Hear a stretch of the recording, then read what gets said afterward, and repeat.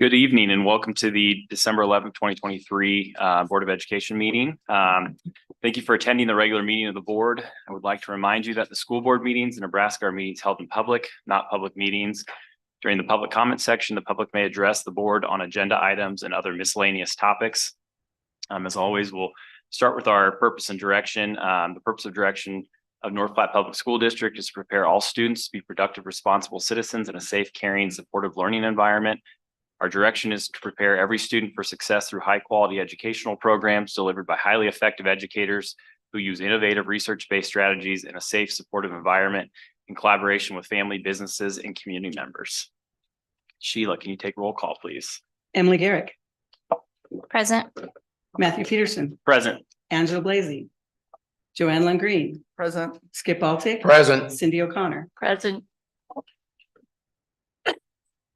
Entertain a motion to excuse Angela Blazey. I'll move to excuse Angela Blazey. Second. Sheila. I just want to be sure. Matthew Peterson. Aye. Joanne Lungreen. Aye. Skip Altick. Aye. Cindy O'Connor. Aye. Emily Garrick. Aye. And also you may have noticed Dr. Rhodes isn't present tonight. He's dealing with some health issues. So Stuart is going to take over his report items this month. The Nebraska Open Meetings Act legislates the methods by which public meetings are conducted. Information pertaining to this act is posted here in the corner of the boardroom. The next item of business will be the approval of the publication of the December 11th, 2023 regular meeting of the Board of Education. Notice of the Board of Education meetings and hearings are placed in the North Platte Telegraph. The agenda is also available online at www.nppsd.org 4 days prior to each regular meeting of the North Platte Board of Education. I move to approve the publication of the December 11th, 2023 regular meeting of the Board of Education. Second. Sheila. Joanne Lungreen. Aye. Skip Altick. Aye. Cindy O'Connor. Aye. Emily Garrick. Aye. Matthew Peterson. Aye. The next item will be the approval of the agenda for the December 11th, 2023 regular meeting of the Board of Education. I move to approve the agenda for the December 11th, 2023 regular meeting of the Board of Education. I second. Sheila.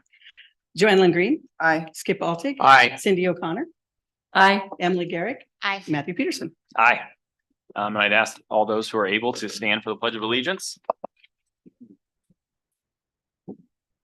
Allegiance to the flag of the United States of America and to the republic for which it stands, one nation, under God, indivisible, with liberty and justice for all.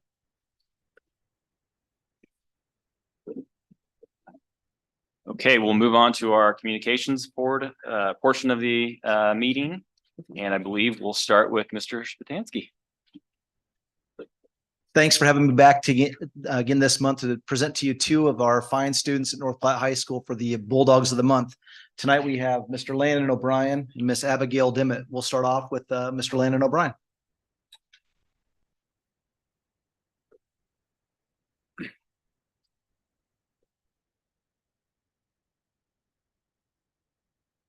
Hi, I'm Landon. First off, I want to say my dad, Matt, and my mom, Beth, are in this crowd tonight. I want to thank them for everything they have done for me. Without them, I wouldn't be sitting here today. I've been a part of multiple extracurricular activities throughout our high school. First off, I played football for 4 years. In these last 2 years, I've been on varsity, and they've been the best part of my high school experience. I've also been a part of the basketball team and National Honor Society. My favorite memory from high school was when we had #1 Omaha West Side on Bauer Field. Then we upsetted them in that hard-fought game, and it was one of the best memories of my life. It was pretty sweet. I plan to attend college where I will further my education. I'm undecided on a major right now, but exploring my options in these upcoming months through our internships. And yep, wrapping this up, I'm honored that I was chosen for this award and got to speak here today. Thank you.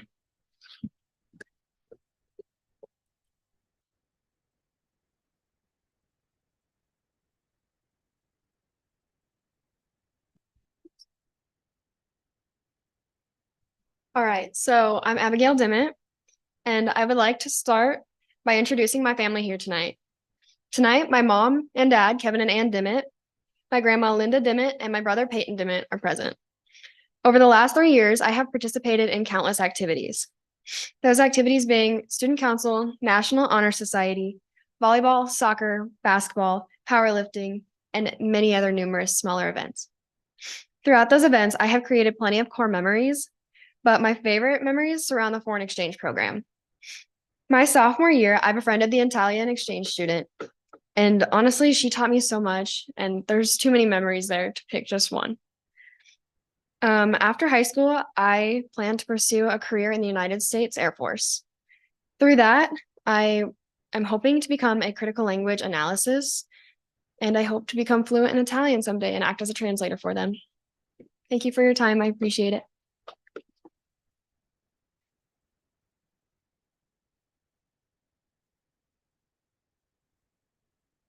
Yes, ma'am.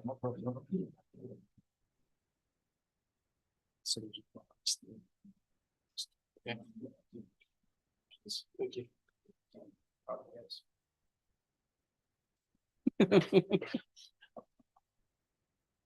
Yeah, right.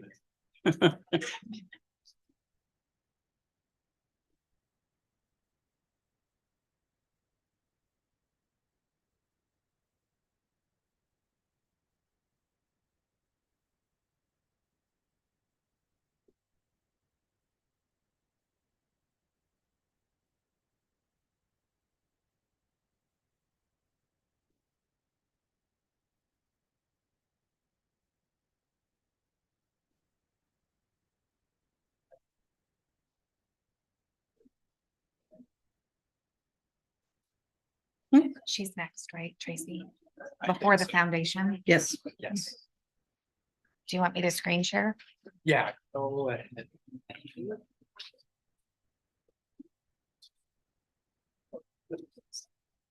Not a surprise.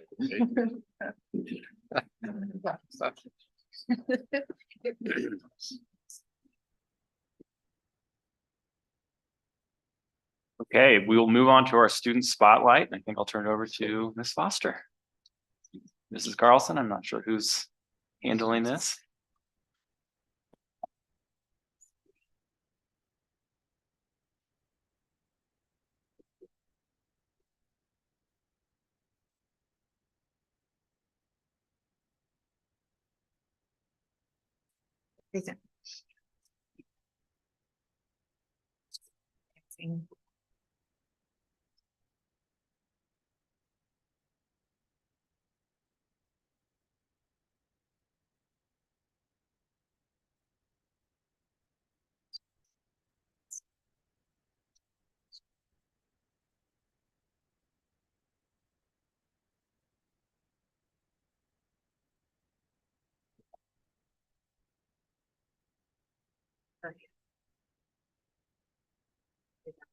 Hey, just a little technical difficulty. Thanks for your. Hey, Kyle. Hey, Kyle. Okay, are you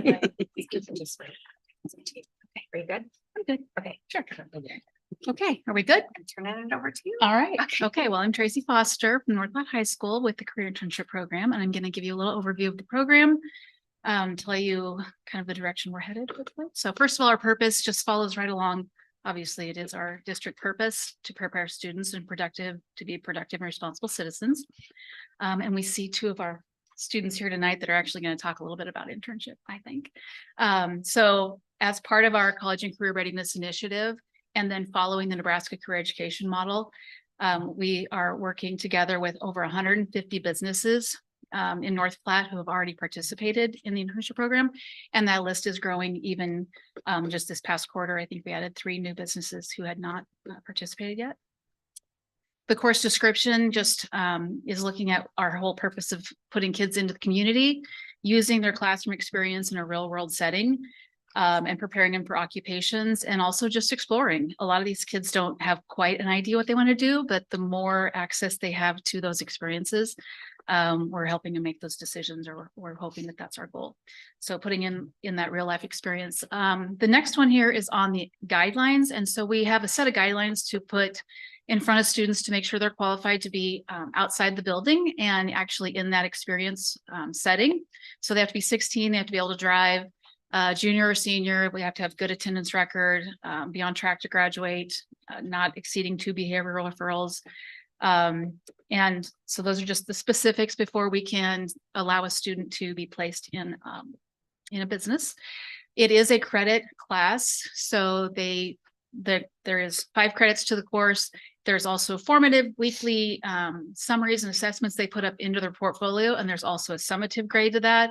They have to get 35 hours within their setting, which is required. And then at the end, they'll have a signed time log, a signed weekly evaluation form from their supervisor, and then a final evaluation form. And so I've also linked, if you want to look at that later, their portfolio. So it's just shows kind of the layout of it and how that will work, or what it looks like for third quarter in your presentation, but it would take a bit to go through all of it. This quarter, or just up till Christmas, we've had 85 interns this year. So 35 first quarter, 50 second quarter. In over 40 businesses. When you accumulate that, we have 2,975 hours of internship experience within the community. The best part of this job is seeing kids in the community. So this week it's all about doing their follow-up interviews and their exit interviews and evaluations. So as I go out, I take a lot of pictures. And so I know they're kind of small, but you're seeing some pictures throughout the next like 10 slides of kids. Within the 6 career clusters, the career model that we follow, we have students in every one, all 6 represented throughout the community. So then I've broken it down. So you see the career cluster, and then you also see the program of study. Like I said, some of these kids know what they want to do. So this is just reinforcing that decisions. Others are on their 2nd and 3rd, sometimes 4th internship, and they're completely different. So, but we feel like that's a success because kids are wanting to continue to do this. They see the value in it. And it takes that classroom experience and puts it to the real world. So business and marketing, we have 14 kids within that cluster. Some looking at the entrepreneurship side of it, some looking at the business logistics, some looking at marketing. Landon right now, he's at Gifford and Cox. So he's learning kind of the accounting and finance side of things and what that looks like, and has a different one lined up for next quarter. We're kind of working on that. Then we have agriculture and natural food and resources. We have 6 students there. Communication and information systems. We have 3 students. One of them is at the high school, and she's actually with one of our high school teachers, but she's doing graphic art and graphics. But we had to kind of be creative. So we don't want to not allow students if they have one reason why we couldn't. And this one happened to be late in the quarter that we got her added. So we couldn't really put her out in the community and make those connections. So we put her in a classroom. It's worked out really well. And Mr. Willie has had a lot of good projects for her. So still made it a valuable experience for her. Skilled and technical sciences, we have 6 there now. We've had a couple at Hall Electric. One last quarter was working at the mall location. And now this quarter is out at the new hotel. So a varied experience, but right alongside in that craft. And then we have health sciences. We have 32 kids there because the partnership with the hospital is pretty critical. And that pathway they are very supportive of internships, and actually at the hospital is a super shadow. So we have had 32 kids there, or 25 kids there, 32 within the health sciences field. And then human sciences and education is also pretty diverse. We've had 25 kids represented throughout the community in that, whether it's within our school system or at a couple of law offices. And then we had one at the police department last quarter. So we're having a lot of variation within these, but kids are seeing the value, and businesses too. We get a lot of good feedback that, please keep sending us students. We love having them. We like to see them at this phase of their education. So we're just going to try to keep building on those partnerships. Also within my position, I am focused as the career coach or internship coordinator with the future career planning with kids within our system. And so youth science is a big part of that. You've probably heard a little bit of that. So we are going to keep working to bring that back and implementing it into our Bulldog Times. And then using that data to help kids build their 4-year educational plans. And so that is an assessment tool that looks at aptitudes within a student, and then also helps them with some career matches that fall within that same cluster model. So it's very consistent. We also hosted the UNL Connecting the Dots Day that was funded through our Perkins grant, and that also used youth science data to put kids in clusters. We had a really successful day with that. We planned it during a school day. So we had our junior class moving throughout the building, not on their normal schedule, while other courses were going on as normal and regular bell schedule. These are some pictures from that day. So we had kids doing breakout sessions with resume writing, professional skills, motivational skills, and networking. And then we also had 16 businesses that were there representing their portion of the career model. And so students had to go through and do a career simulation with them. So this kind of just highlights what that looked like. It was a very successful day. We got great feedback from the juniors who participated in that day. And then I kind of, to follow it up and wrap it up, I have 2 students here. They happen to be the Bulldogs of the Month. How did that work? I don't even know. So Landon is at Gifford and Cox in this quarter. And then last quarter, Abby was downtown at Espresso Shop. And so they both have had good experiences, or have one currently, one past. And this is the best part of the job, is just getting to see students that are just right on the cusp, and watching the development and growth in them. And then the certainty of what they want to do, whether, you know, they're kind of up in the air, but then the willingness to learn and kind of take those skills outside the classroom. So I don't know if either one of you want to say a word or two. Want to step up here, tell us about your experience. I'll tell you, Abigail was in the Espresso Shop, and that's a pretty fast-paced environment. And she was there over the lunch hour. So that was kind of sometimes difficult, because she just got thrown into the mix, but really picked up a lot of things along the way. And then ended up toward the end of her internship, had a good connection with the manager. Is that what just another employee. And she kind of took her under her wing and did a lot of the day-to-day evaluations of Abigail. So, okay. Say anything about your experience? Yeah. All right. So I chose the Espresso Shop because I really wanted to own a coffee truck or something along the lines of that. And through the Espresso Shop, I learned a lot about how to run a small business. So hopefully in the future, if I ever get the opportunity, I learned a lot about how to start your business, how you need to find the name, and a few other things about pricing and stuff. And it was honestly a really good experience. And it was fun to work with them. All right, thanks for doing it. So she saw a lot of the behind the scenes of making a business work, making a small business work. And then Langdon. It's current, right? Yep. We're just wrapping it up here. We're winding down on the quarter for you. Yeah, I've been for 8 weeks now. Yeah.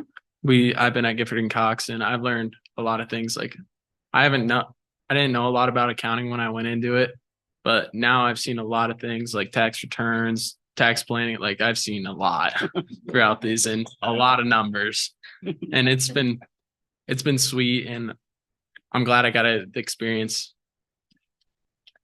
Yeah, when I went and visited with him a couple weeks ago, I walked in and that's exactly where he was. He had 2 screens, and then Tammy Solon is his supervisor right now. So she's kind of making sure he gets the varied experience, and then spends a couple days a week with one of the CPAs. So they're taking time out, like an hour and a half or 2 hours a week, just specifically for you to kind of learn from the actual CPAs in the office. So otherwise she's really taken charge and walked him through everything. So I think that kind of wraps it up in the way of what it looks like now.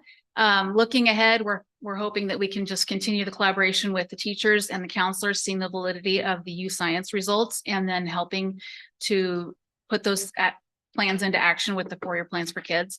That fits everything within our district, and it also is part of our accountability for Perkins. And then also connecting with new businesses. And this last 2 quarters, I've also been teaching. So transitioning out of the classroom and then to this full time. So quarter 3 and 4, I have some kind of big ideas, or some ideas I'd like to put out there. Just doing more business surveys, doing some lunch and learns, meet and greets, that kind of thing, to pull more businesses in to hear how the program has affected their or how they've utilized the program within their business. And then also hear from students. And then also just finishing out maybe with a spring career fair. We've done those in the past. We did not last year, but bringing that kind of back in so we can get some opportunities for our kids and from our kids. So, yeah. Any questions? I was told to go fast, so I went as fast as I could. So I tried. No questions? All right. Okay. That's it. Thank you. All right. Thank you. Foster. All right, Terry, I think we'll turn it over to you now for our foundation report.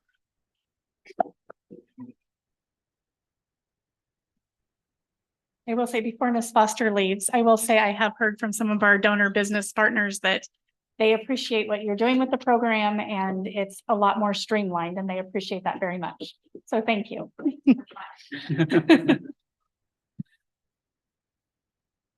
Good evening. Thanks for having me tonight.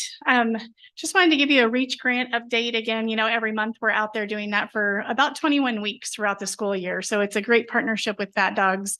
Enjoy that. And with KNOP's coverage, I think that's really giving us all some great coverage.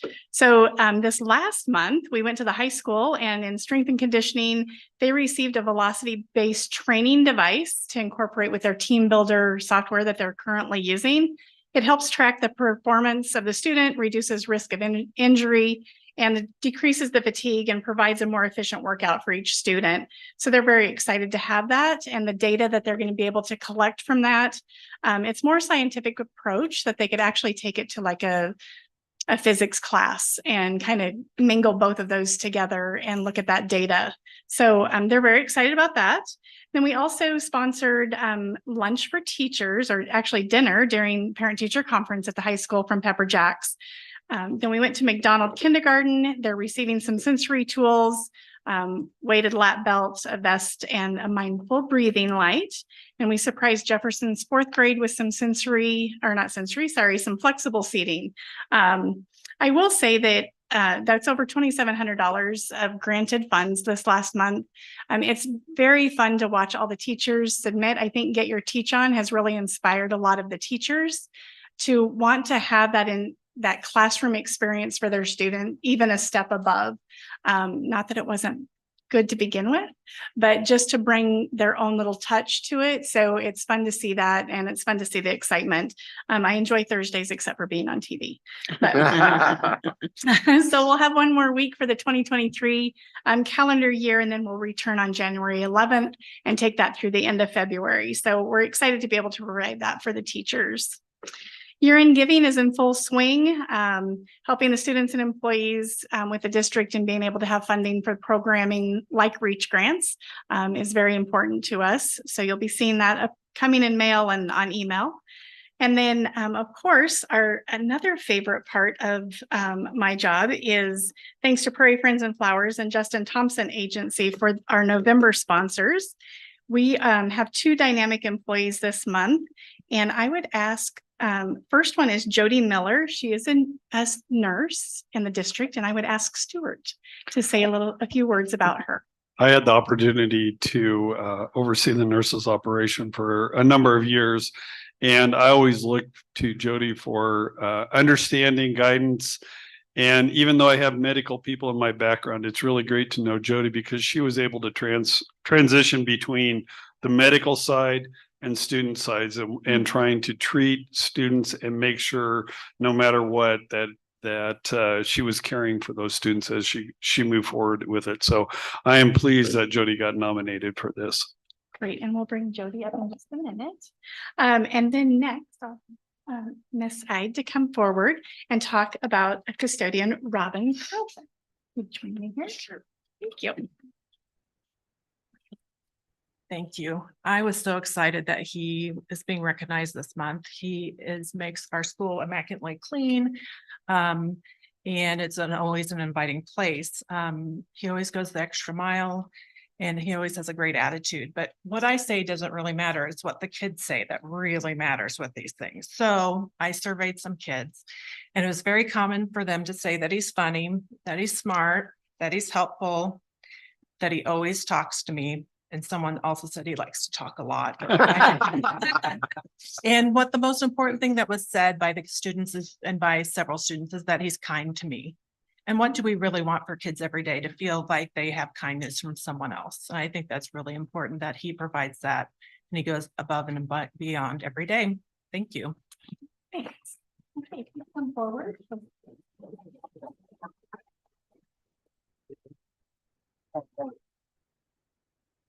I'll ask for you to get a picture with the board.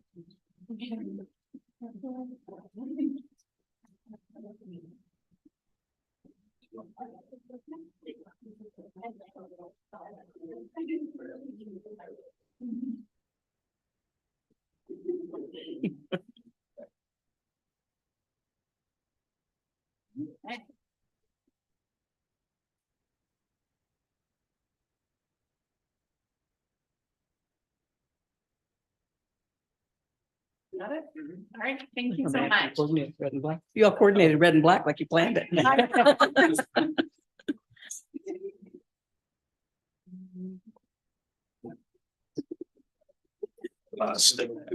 we are. Got him back.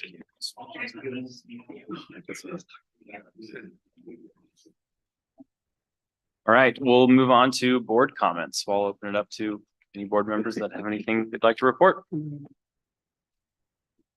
Go ahead. Okay. Sorry, I had to log back in. So I did a few things this month. One of the things that I did that was really fun, actually kind of early in November, was there were two international undergraduate students from the University of Nebraska West Central Research and Extension Center that wanted a tour of the high school. And so I was able to go with them on that tour, and we had a student that showed us around the building, and it was a lot of fun just to get their perspective. One of the students is here from Serbia and the other is from Brazil, and their high school experience was a lot different than a high school experience that our kids get. And so it was really fun to get to do that with them. I was able to watch the one act competition in Gothenburg. And I also just last week went and visited the transition house, and that was the first time I had been there. It was really fun. I got to see what a lesson, one of their lessons were like. And then one of the students took me on a tour of the house, and then we also played a game. So I have a new card game I can play with my family. So that was fun, but it was really nice because it was educational in the way. I mean, you just play it with a regular deck of cards, but it was an educational card game. So it was a lot of fun. Then I also was able to attend the State Board of Education conference in Omaha, and went to a lot of really good sessions there. Also just so I don't leave this out because it's not in my notes. And unfortunately, I don't know what the machine was called, and I gave the paper to Dr. Rhodes, but there was, Cindy and I both went to a vendor that had this really neat educational, I don't know what to call it. It was a machine that projected something onto this mat on the floor. And then the kids he showed us how it worked. And it was something that could be used for younger kids, just kind of to get their wiggles out if they needed to, or it was something that teachers could streamline so that it fit their lessons. Brandy Busher was there because she presented with the Helping Hands, and also oh goodness, my mind is going blank, but anyway, with our after school program, and they both, Carrie, thank you, and they both were really excited about it too. And I think Carrie's potentially looking into a grant so that they could fund it, because she felt it was something that could be used with Kids Club. And the machine that they had was portable, so it could move around to different schools potentially. So And we did play with it a little bit. yeah, we did. Yeah. So so it was a lot of fun to get to do that. So we had some really good speakers. One of the sessions that I went to was with Sarah Scretta from UNL. And it was on the educator shortage. And she talked about some of the trends that they're seeing in Nebraska and nationwide. And some of those things that are leading toward the teacher shortage. She talked about some of the state task forces that they have and some of the things that they're working on with recruitment and retention. Elevating the profession certification and the Praxis Core. She also talked about some of the priorities and asked if there were any other solutions that other school districts, things that they maybe had tried. And a lot of the things that were mentioned were things that we're currently doing. So it was nice to know that we're doing some of the things that some of the other schools are doing. I didn't want to brag too much to them, but I do know that we do have other opportunities with our Para to Teacher program, but those aren't things that are available to everyone in the state. And I also think it's really great how our Helping Hands program is helping students kind of get a hands-on view of education. And I know also through, as was mentioned, through our internship program too, that we're giving opportunities to students that maybe getting a different look at the teaching profession. So hopefully it will encourage some of them. I know Helping Hands, there's one of the things they reported on at the conference was that our Helping Hands program has in fact helped some kids that weren't considering going into education to in fact go into education. So another session I went to was on student and staff mental wellness, and they talked about how they were the school district was a small school district, and so they, similar to what we have to do a lot of times, is they had to reach outside of their district. It was Ord. And so they don't have a lot of access to mental health professionals right there in their town. And so they were having to reach out to Grand Island and do some different things. One of the things that I really thought was nice with what they did is that they paid for counseling for their students and staff. And I as I recall, it was unlimited sessions with that. So that was something that they put as a high priority. And there were some other things there, slides that I took pictures of that I'm sharing with Dr. Rhodes. I went to a session with both Angela and Cindy on the superintendent evaluation. I talked to actually, this is something I need to get passed on to Corey. I talked to someone with the esports out of Omaha, and it was really fun to get to see the kids in their element, and they do. So it's a club that they play video games and they play against other people online. And one of the things that I learned that was really interesting is that University of Nebraska has scholarships for esports up to the tune of $12,000, which I thought was pretty incredible for kids that get involved in that. So, and then I went to a session about teacher recognition, and that talked a lot about different things with how people like to be recognized. And then there was a session that Cindy and I both went to on transgender and whether or not we should have a policy surrounding that. And basically the attorneys said we still need to just wait, was their best advice. So because there's a lot of legislation that is still pending for that, and we should be hearing more about that soon. And then our lunch on the last day, we heard from Governor Pillen and also from Commissioner Maher, and he's the new State Board of Education Commissioner. And he talked about his priorities, and these were set by the State Board of Ed.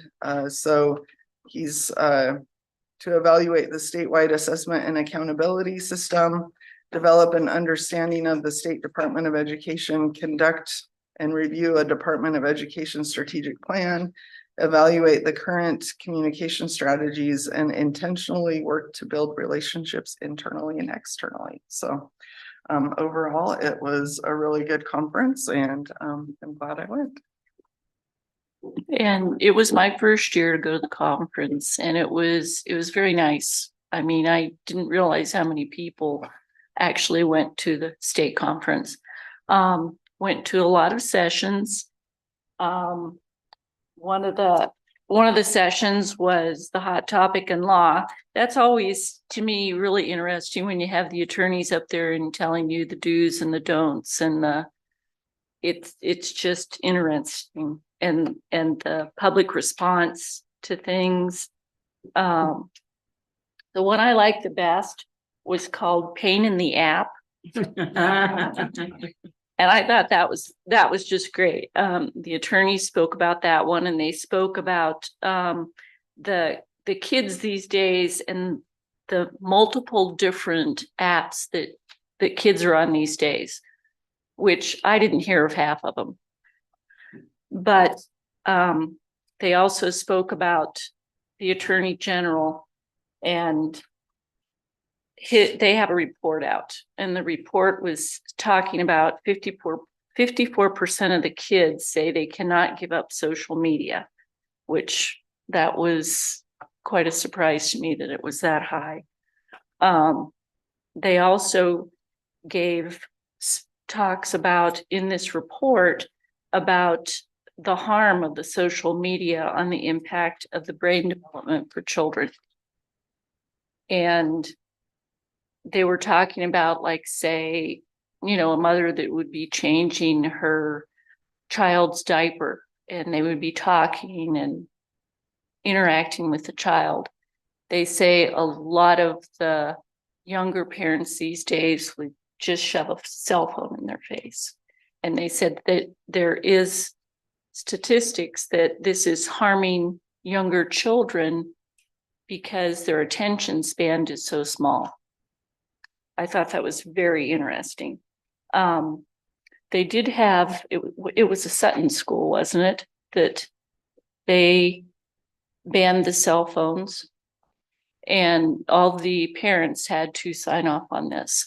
And they said the biggest problem was the parents. They wanted to be in contact with their kids all the time. They said after a few weeks that they saw such a change in the kids that they were actually interacting with each other, talking with each other. They said it's really been good for their school system. So that's all I have. On November 15th, I attended the NSAB Legislative Committee meeting in Omaha, and we just met for 2 hours. We discussed the idea of bills that might be introduced this coming January. This is only a 60-day session, which will start in January and end in April. I will give a little more specifics on the things we talked about when we get to that part in the agenda. But we will start meeting as a group via Zoom every Monday in January, starting in January through the end of the session. I also attended the public performance of the high school play production Frankenstein. It was extremely well presented. I was impressed with how many students Mrs. McDaniel had involved in the show. I was impressed with it. And then they attended their district in Kearney. Unfortunately, they did not qualify for state. And on November 30th, I visited Eisenhower Elementary. It's a great visit. That day I was there, student council was selling treats for $0.25. And the classes would march to where they were there, and each student had $0.25, and they would buy, and they had maybe 7 or 8 different choices that they could buy, like Little Debbie snacks, most of them were. But how the kids were excited, and then the student council was collecting the money to use later. I went into a lot of classrooms, saw a variety of activities, watched PE. They were playing basketball, which I like that there's smaller basketballs for those. Not in my day. They made us use a big one. Didn't help us at all. Music, all the things they were doing. I had a nice discussion with Mr. LaChapelle. Clean building, Stuart, as usual. And I just enjoy going to the schools every month to see what's going on in all the classrooms. And plus all the kindergartners go by you and they hug you. So that's all I have this month. Just a couple things for me. Reminder that enrollment for pre-K and kindergarten opened today. We big day in the Peterson household. We registered our oldest for pre-K, so we're excited about that. And next Monday, if you're really bored, I was talking to singing a duet with the Lake Elementary choir program. So I will be there next week. I'm looking forward to that. So I don't have much for updates because I did not attend any conferences or school visits. I have been joyously pulling all-nighters with a baby. But I did want to make sure that people were aware, because I'm kind of like nerding out, excited about this, but Sheila revamped our policy structure on our website. And if you've ever tried to look up our policies before, especially if it's a policy that was in the 6,000s, you did a lot of scrolling and it was really hard to bounce back and forth and not very easy to search for what you were looking for. But now on our website, if you click on policies, it takes you to a table of contents, which is also searchable. And then you can click on policies and you can open more than one at once. And they will be updated like live when we make changes. So I'm really excited because it just is way easier to find things. And I hope that that helps people find answers to their questions. So thank you again, Sheila. This is like It the was a second group month in a effort with row. Ted You're my and Brandon. MVP. But I just think it'll function so much better. And I know that had to have been a massive amount of work. So thank you for doing that. all right, we'll go ahead and move on to committee reports. Joanne, you want to report on the Personnel, American Civic Curriculum, Student Services and Communications Subcommittee? Yes, okay, so we met on December 5th and the meeting began at 8:05. Present were myself, Emily Garrick, Stuart Simpson, Kevin Mills, and Dr. Todd Rhodes. We reviewed the purpose and direction, talked about the strategic plan proposals, which we will be covering that a little bit more later tonight. We had a report on early graduation. Dr. Rhodes reported that we had 70 applications that were received, and of those 52 were on track to have enough credits to graduate. And I think we're going to talk about that a little bit more because I had asked for a 5-year trend. So is that something I think? Okay. So if we don't have it tonight, we'll get it soon. So, Emily had asked for clarification of what was considered enrolled for a student. And so we did get some clarification on that. We talked about option enrollment. Dr. Rhodes reported this month that we had 1 option out and 2 returning for a net of +1. We reviewed the 6,000 policies and we'll be talking about that a little bit later. Staffing update from Kevin Mills, and I believe he's on tap a little bit later as well. No? Yes. Okay. And then we reviewed the current resignation letters and we have had a few retirements, which if you've read the consent agenda, you've seen those. And the meeting adjourned at 9:07 a.m. So Emily, did you have anything to add? Okay, and then the Finance and Communication Subcommittee met on Thursday of last week. We met at Buffalo Early Learning Center this month. Stuart, Skip, Dr. Rhodes, myself, Cindy, and then Miss Smiley gave us a tour. So we started with that tour. She took us around, gave us kind of a tour of how that school is, or that center's broken up now with our public school classrooms, and then the Head Start classrooms, and then also the kind of the wing of the I guess I'd say early development network programs with some of our OT and PT, and then some of those coordinators. So it was neat to get to see that. We didn't go outside because it was pretty chilly, but we looked at the outdoor classroom and kind of the additions we've had to that, and they explained how that works during the day and everything. And it's a neat program to have there. After the tour, we discussed the line of credit, which Stuart will give a presentation on later tonight. We also discussed our HVAC issues at various schools. Washington and Adams Middle School have some HVAC required repairs that have to be completed. The Adams HVAC is not the portion that was just done. Right. So just to clarify that, but as with our homes, from time to time, things come up that need to be replaced. And so he discussed the different costs for those repairs. We discussed a claim for reimbursement, which will be on the agenda tonight.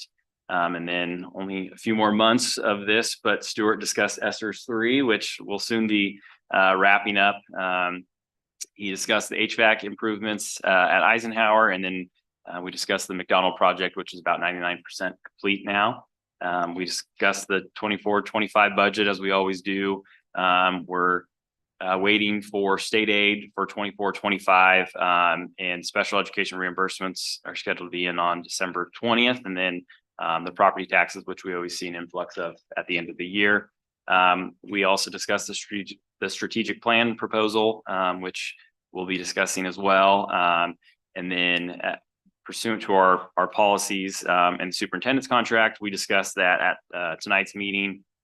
We'll review renewing Dr. Rhodes' contract and discuss the compensation with that. And then as with the other committee, we had a chance to review the resignation and retirement letters, and we adjourned at 9:03.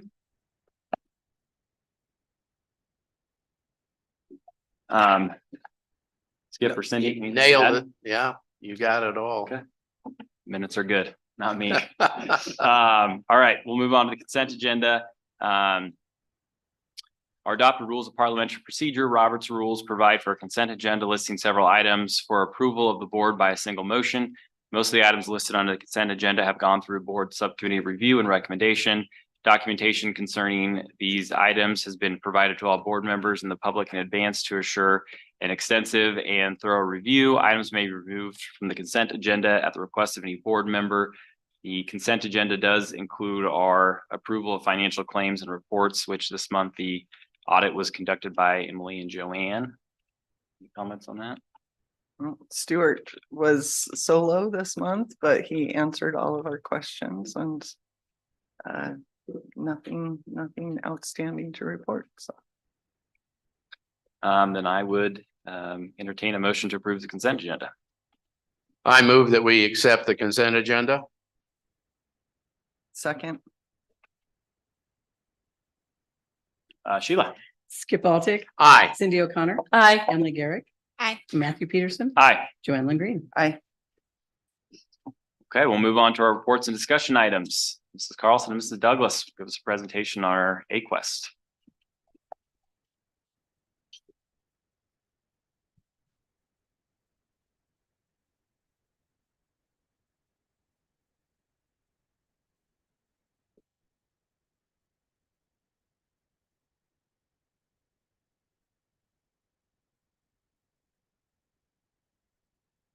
A lot of buttons to click here. Okay. Who's on? You're on. Okay. Gone back to cheaters. Okay. Good evening. Thanks for having us. We're going to be talking briefly about AQuest. And as you can see, AQuest actually is an acronym that stands for Accountability for a Quality Education System Today and Tomorrow. This is the accountability system that is developed and designed by the Nebraska Department of Education. Essentially, AQuest serves as a framework for approval, accreditation, and accountability that provides a system of continuous support for not only our state, but our school districts and our schools within our districts. Essentially, the AQuest system is built on 3 domains, and within those domains, 2 of the 3 have tenants that make up the formula of our accountability and accreditation and approval system.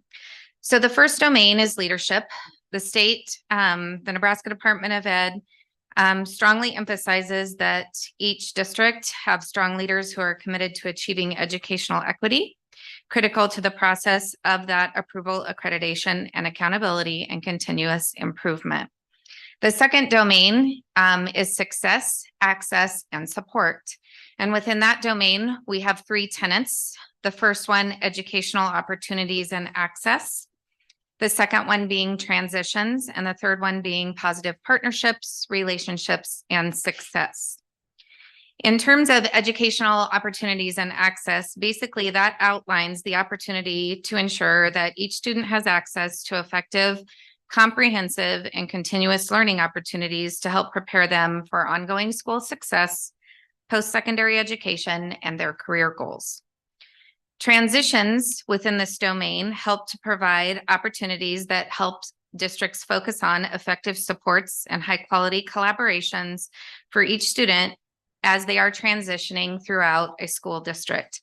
Those being between grade levels, between programs, if in fact they need to move between schools by grade levels or within district, post-secondary education, and careers.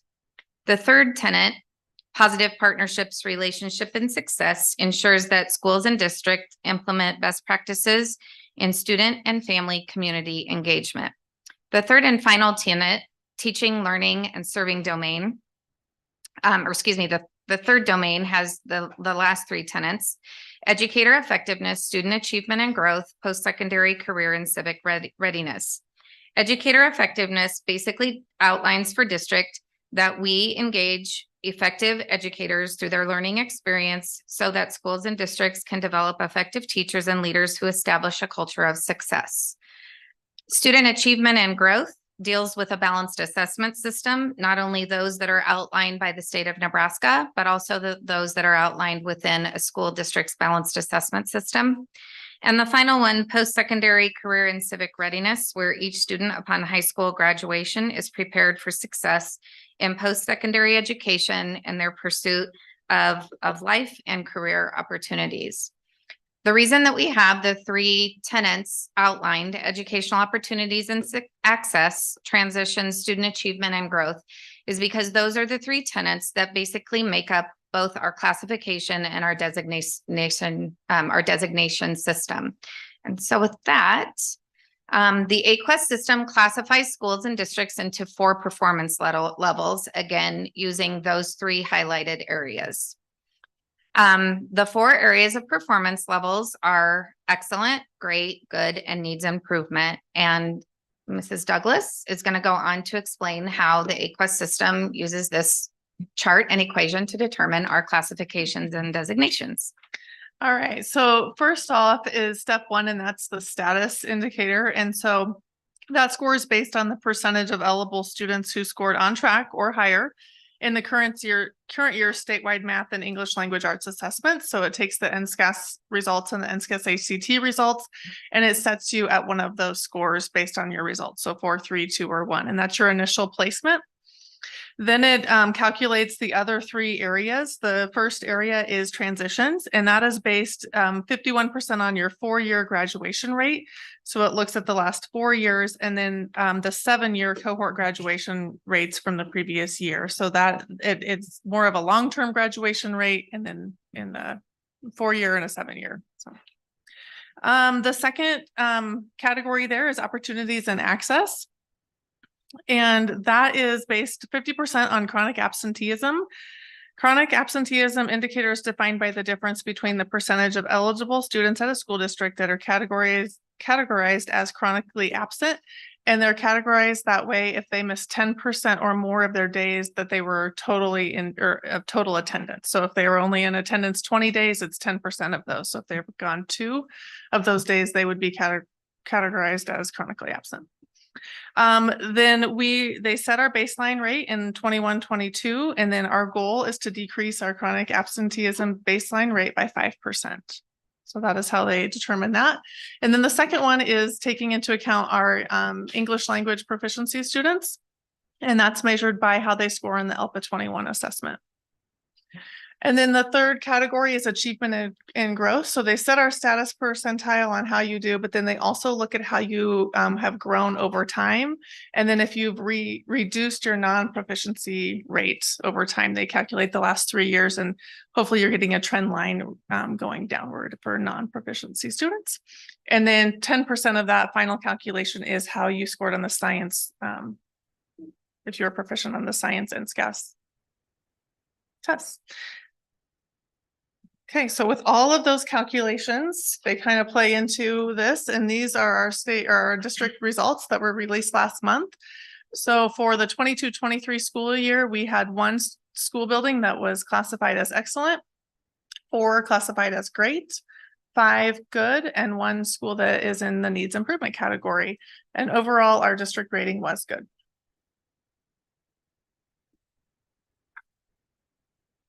All right. And that is all. You can find additional details for each school if you would like to on the Department of Education, the NAP Secure website.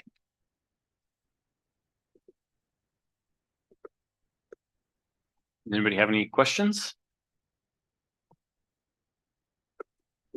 I guess, so what are some of the steps that you take, especially with our school that needs improvement? Moving forward, what are some of the things that you target to help them?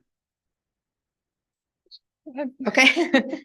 Well, specifically, since the classification comes through the means of this calculation, we really have to take a look at really probably the middle column. So chronic absenteeism and proficiency towards English language.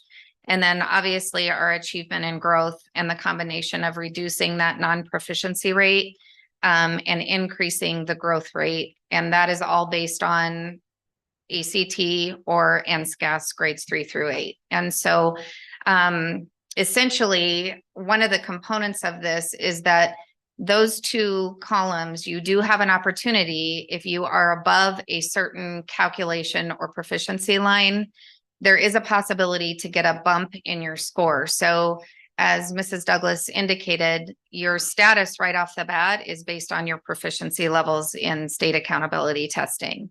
And so from there, then they're going to filter all of the subgroups, all the demographic subgroups. They're going to put you through this whole system of calculation.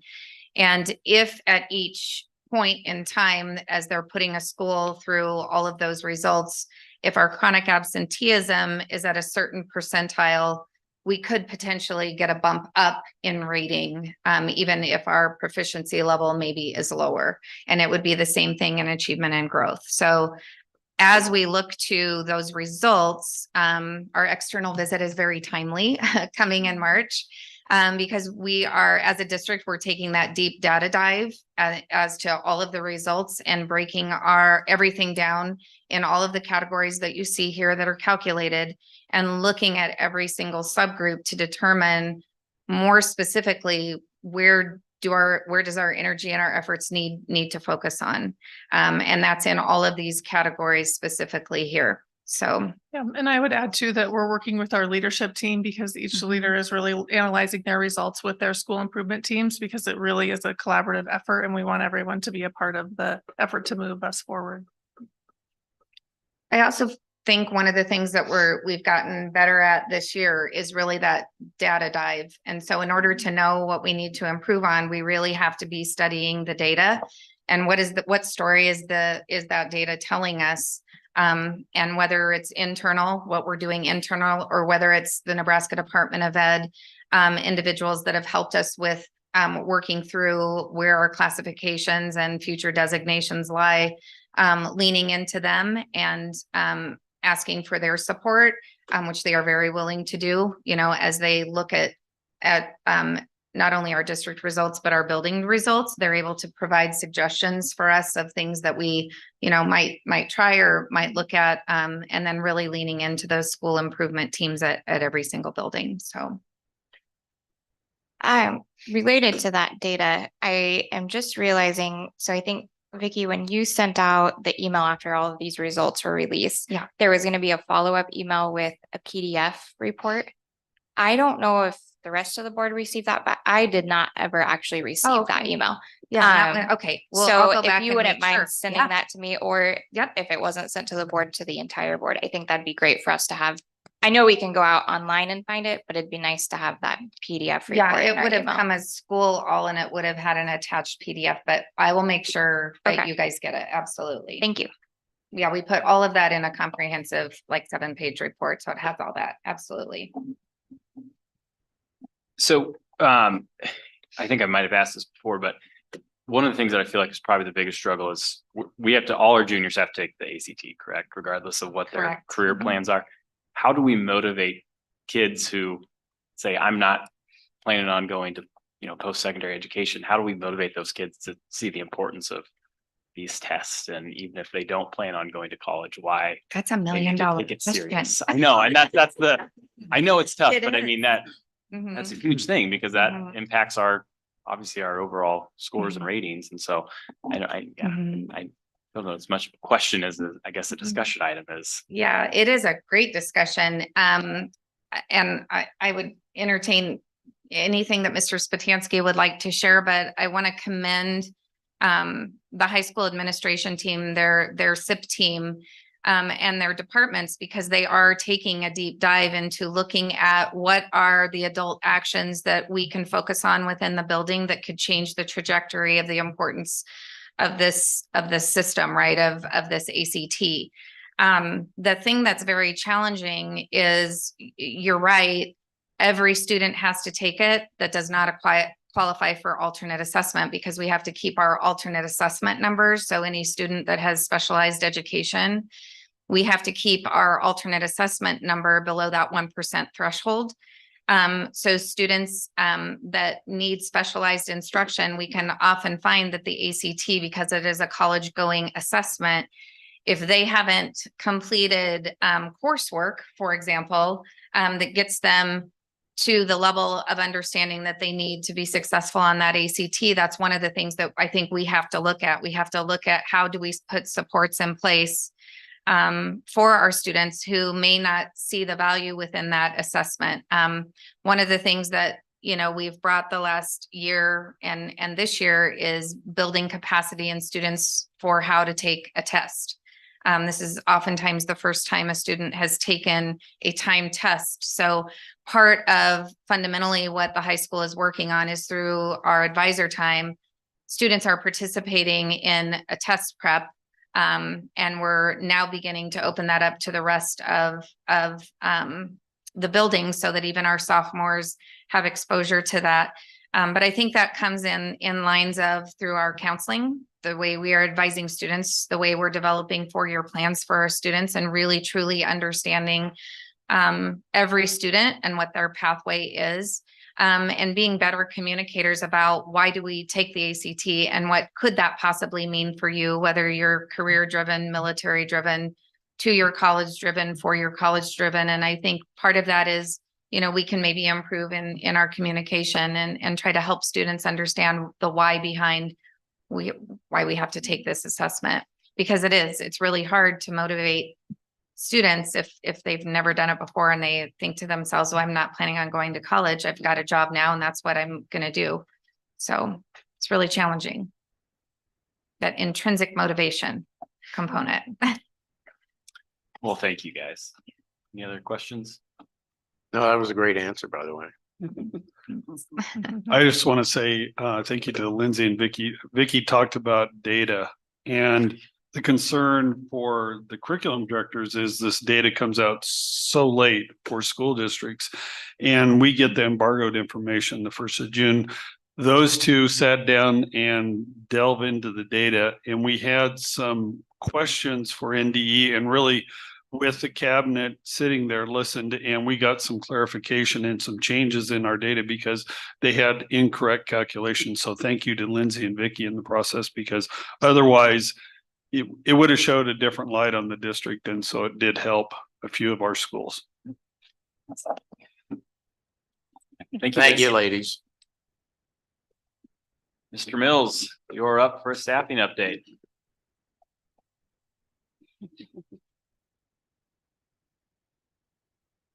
Good evening, Vice President Peterson, Mr. Simpson, School Board.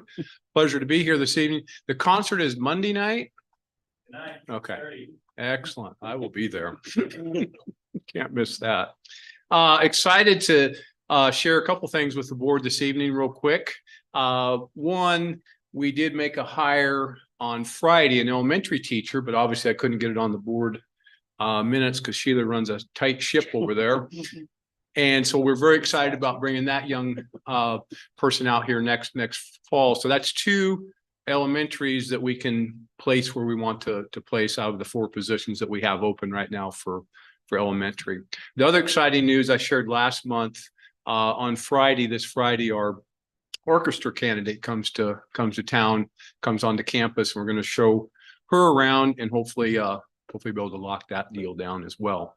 And then probably the third piece I want to share with the board, very exciting because we know where we're at with science. We have a science application and an interview set up for next Friday. So we're continuing in human resources to chase all the leads and do all the advertisements and continue to sign up for all the career fairs. Those will kick back in January and February as well. So excited that the staff that we are hiring, some pretty darn good educators coming our way. So questions from the board this evening? I know Kevin got 6 early retirements in, but this is why we have the December 1 deadline so that he can get out there and get them hired at this point in time. So that's one of the kudos about getting it early here. Absolutely. Could you talk to us a little bit about, I know Emily and I received a report on the process that the para to teachers went through. Oh, yeah. Thank you, share a little Joanne. I bit was with going to that? mention that this evening. Thank you. I wanted to do a follow-up. Thank you, Joanne. We have our 15 future teachers now selected, the para to teacher program. Real quickly, excuse me, the process that we went through, I think we did our due diligence on this process. Individuals that were interested came to a meeting, paras that want to be teachers, they came to a meeting. Anybody that could not come, I took their name and I did a follow-up meeting and met with them and explained them through the whole process of what the para to teacher program is with Chadron State College. Through that, we sent the names all to the building principals to start the evaluative process to get some recommendations. And so we did a grid system up to 35 points and then comments as well. So through those 25 individuals, we then brought back 16 for interviews. And through those 16, we have our 15 plus 1 that we might be able to use that individual in the future working with Chadron State College. So that process I think showed us a lot, and it was very cool to sit in the meeting with other directors and Superintendent Rhodes and interview these individuals, talking to them about becoming a teacher. I mean, that I wish everybody could experience that, because that would give people that incentive to get excited about education. And so it was really cool to hear. We have a couple of veterans that signed up, and then we have, some 19, 20, 21-year-old kids that are paras as well. So a very nice mix. So I've notified all them, and then our next step is we're going to do a little media blitz and get all the names out there with pictures and a little bio and a couple statements. So Mr. Brandon Peterson and I are working on that. We should have that shortly. So yes, thank you for bringing that up. Kevin, I'm sure it obviously varies depending on the amount of classes they already have and credits, but do we have an idea when we might be looking at some of these paras being available? Absolutely. One of the pieces that we used on our evaluation was, do you have less than 48 or more than 48? So that kind of gave, then we went down into the weeds with what that 48 was or over. So we have a couple of associate's degrees and plus beyond. So right now we're looking at, it could be a year and a half, probably maybe even a year that we'd have our first graduate. So great question. So then we'll have some that will be starting, pretty low down. It'll take them a while, but we have quite a few that have associates already. And can you remind us, I know one of the questions I had asked you in the subcommittee meeting was, as people move out of the program, if other people can move in. And so talk to us a little bit more about the funding for that. I did follow up with that, Joanne, because we actually tried to see if we could get more people in the program than the 15, and we cannot because it's a federal grant. Then once that money is done, now schools and districts, everybody will apply again, but once that money is spent, that's finished for that cycle. Thank you. Mhm. All right, Thanks, you. Kevin. Stuart, I will turn it over to you for our monthly financial and budget report. Thank you. Let me share my screen here. I'm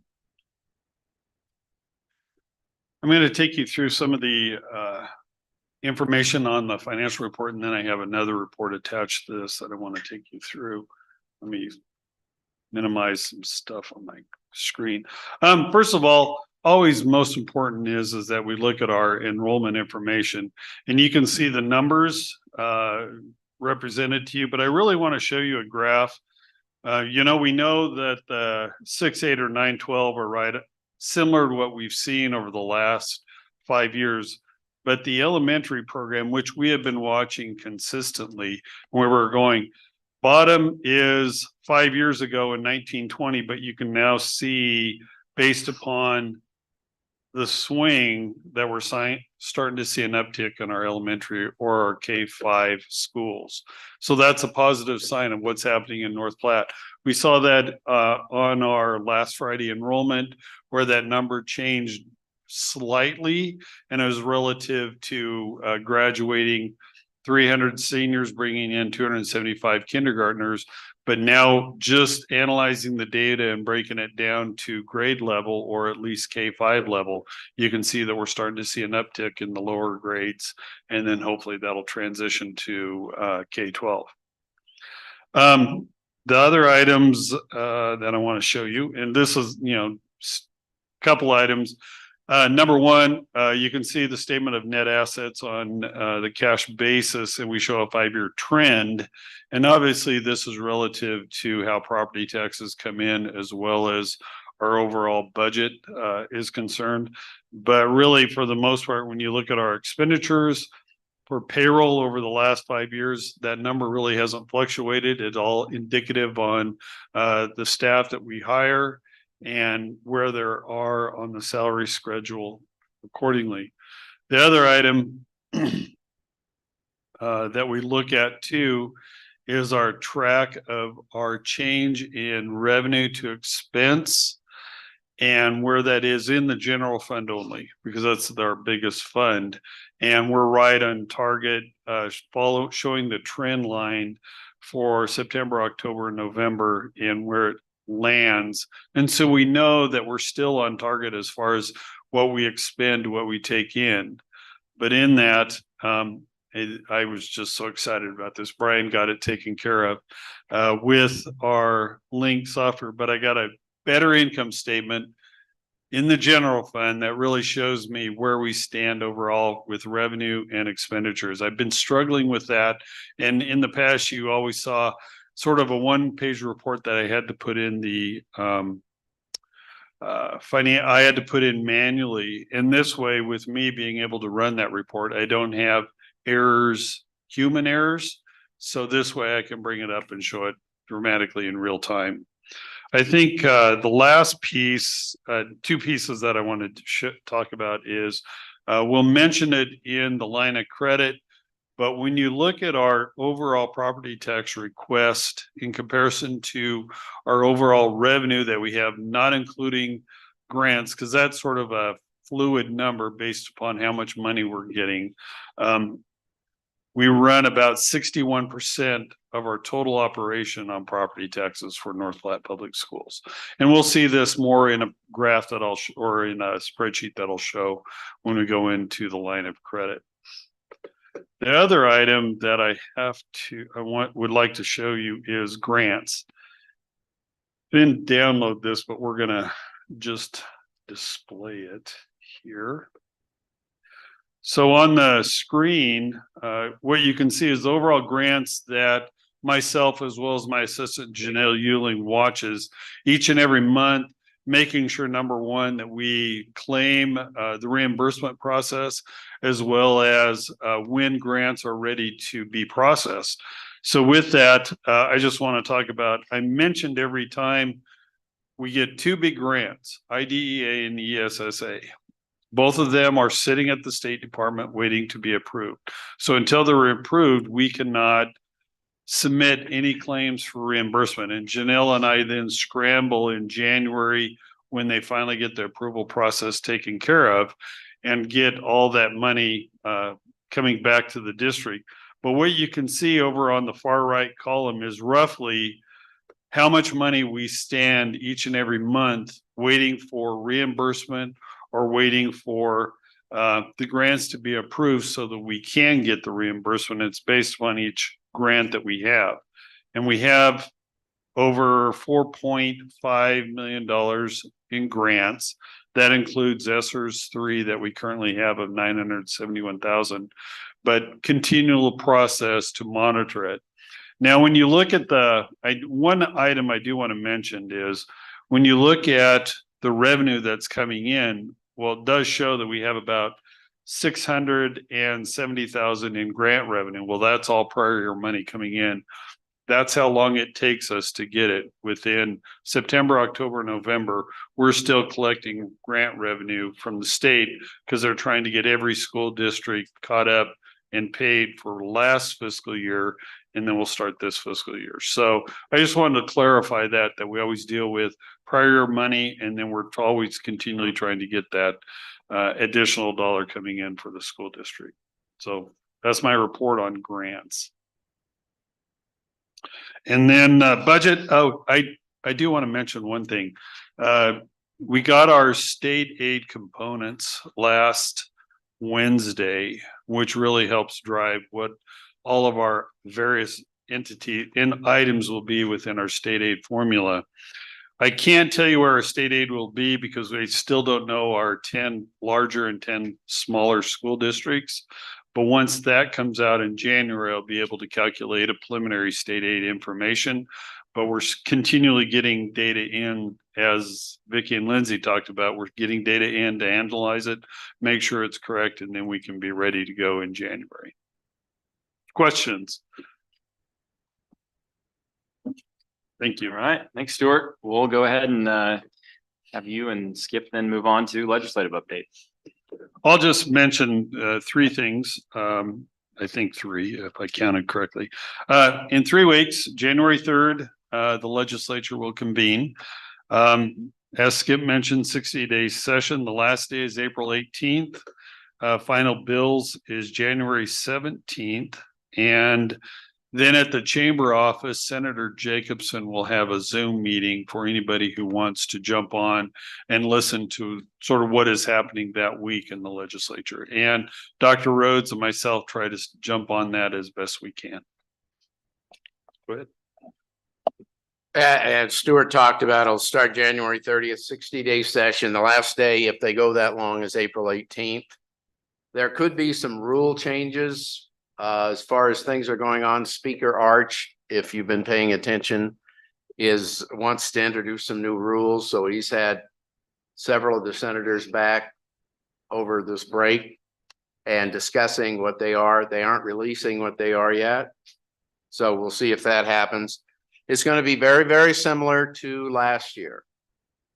A lot of the same type of bills are coming. There's probably going to be a lot of filibustering. They only have 60 days instead of 90.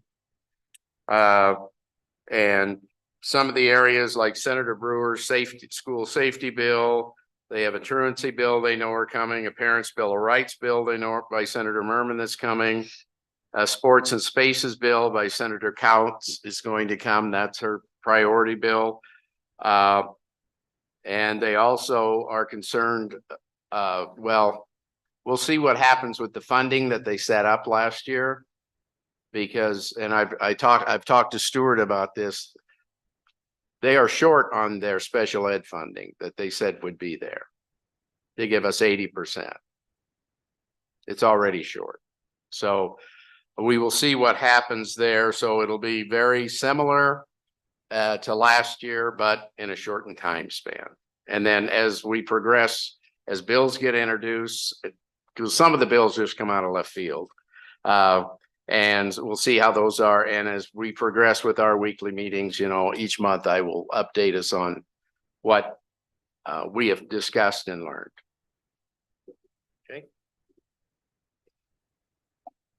Okay, we'll move on to our next item, which is the 2023-2024 early graduation report. Stuart, I'll turn it over to you. Dr. Rhodes mentioned it a little bit in the personnel committee meeting in regards to early graduates. I know within the policy, it says the superintendent or his or her designee will report the number of students applying for early graduation at the regular December board meeting. As Joanne mentioned, currently we're still on track with 52 students to graduate, 18 still are to be determined. It was requested by the personnel committee to get a 5-year trend. And at that point in time, I know Corey and Vicky and Dr. Rhodes were working on it at this point in time, and they'll bring that back probably to the personnel committee or the committee of the whole, the direction of the board, so that they can have a little bit more perspective on early graduates in North Platte Public Schools and at the high school. So that's as much as I know at this point in time. I think we're also looking at doing some research with our peer institutions. Is that right? To see how things kind of compare to other institutions? Yeah, be sure to send a survey out to school districts to our state peer group, which is our teaching and learning group. And so those results are coming in. They're just sharing, on average, how many, per number of students you're graduating every year on average, how many students apply for early graduation, whether or not it's supported by board policy. So yeah. Great. Thank you, guys. Absolutely. So we'll look for further reports on that. 9.6, our 2022-2023 annual report. We'll have a full presentation at the January meeting. Is that correct? But Correct. Stuart, I'll let you kind of chime in here. As Vicky and Lindsay talked about, the AQuest data came in like normal during the week of Thanksgiving, and Vicky was shooting out as much information as she can, which then got it to Brandon, but in the process, trying to get that document ready to go for the board and the public, we're still in the process of getting it printed. So at that point in time, once we have it printed, we'll bring it back to the January board meeting for presentation at that point in time. Thank you. We'll move on to our public comment portion of the agenda. Public questions and comments may take place at this time in the agenda. Individuals who want to address the board must complete a guidelines for public comment, the date, topic addressing, name, address, and the name of the organization you represent. And give it to Sheila prior to the meeting. Sheila, do we have any tonight? I have none. Okay. We'll move on to our action items then. 11.1, claim for damage and additional expenses for rental for the initial 2-month lodging of international teachers. This claim was originally reviewed at the November meeting and is returning for further discussion. Mrs. Garrick has filed a conflict of interest form pursuant to our policy and will not participate in the discussion or consideration of this agenda item. I move approval of payment for damages and repair to Garrick Development. I second. Any comment? Okay, Sheila, roll call. Cindy O'Connor, Aye. Emily Garrick, Matthew Peterson, Aye. Joanne Lynn Green, Aye. Skip Baltic. Aye. Okay, 11.2, as a reminder, we kind of changed some things up last month pursuant to recommendations from our legal counsel. So we'll have several requests for reimbursement for board members for expenses. The first one will be for Angela Blasey for her trip to the Nebraska State Board of Association Annual Conference. The request is reimbursement of expenses for the trip. Entertain a motion to approve the reimbursement. I motion to approve the reimbursement to Angela Blasey. Second. Sheila. Emily Garrick, Aye. Matthew Peterson, Aye. Joanne Lynn Green, Aye. Skip Baltic. Aye. Cindy O'Connor. Aye. We'll move on to request for reimbursement of expenses to Joanne Lundgren. Same thing. She attended the NSBA annual conference. So it's a request for reimbursement of expenses for the trip. I motion to approve the reimbursement to Joanne Lundgren. Second. Sheila. Matthew Peterson, Aye. Joanne Lynn Green, Abstain. Skip Baltic. Aye. Cindy O'Connor, Aye. Emily Garrick.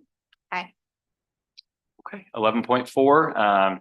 This will be for board member Cindy O'Connor. Again, she attended the conference and it's reimbursement for expenses for the trip. I move the reimbursement for expenses for Cindy O'Connor. Second. Sheila. Joanne Lynn Green, Aye. Skip Baltic. Aye. Cindy O'Connor, Abstain. Emily Garrick, Aye. Matthew Peterson. Aye. Okay, we'll move on to action item 11.5, which is to recognize the North Platte Para Education Association. Stuart, I'll turn it over to you. We've had an agreement with our para association for the last 3 years. It's coming up for renewal, and obviously, like our teacher group, they just want to be recognized so we can enter into negotiations, which will probably start closer to the end of the school year like normal. I move to recognize the North Platte Para Education Association. I second. Yes. And just to, I guess, a clarification, the agenda says 2023-2024 contract year, but this is actually for the 2024-2025 Right. contract year. I'm sorry, who seconded? Cindy. Cindy. Sorry, I interrupted you, Sheila. Well, I made the mistake, so there you go. Sheila, go ahead and take. Joanne Lynn Green, Aye. Skip Baltic. Aye. Cindy O'Connor, Aye. Emily Garrick, Aye. Matthew Peterson. Aye. 11.6, request for approval of revisions to policies 6004, 6005, 6009, 6014, and 6017, and deletion of policy 6009.1. The Personnel Committee reviewed these policies really quickly on the curriculum adoption. Really, it's just at this point in time following the state. The academic credit 6005. Really, we follow the state. I'm looking at Vicky and Lindsay, but we follow the state's adoption schedule for each of our curriculums. They put it out and it's a 7-year cycle, correct? Yep. And then 6009, you can just see the highlighted area that we're changing. 6014, the attendance for activities was set up guidelines from legislation that require us to allow students in attendance to participate in activities. And then 6017 homework, that was changed and eliminated a lot of those items to may assign, so we're not required to hold homework. And then, I'm sorry, I want to go back to 60505. We created a better table as far as the number of academic core credits so that people can follow that a little bit easier. Did I miss anything, Joanne or Emily? 6009.1.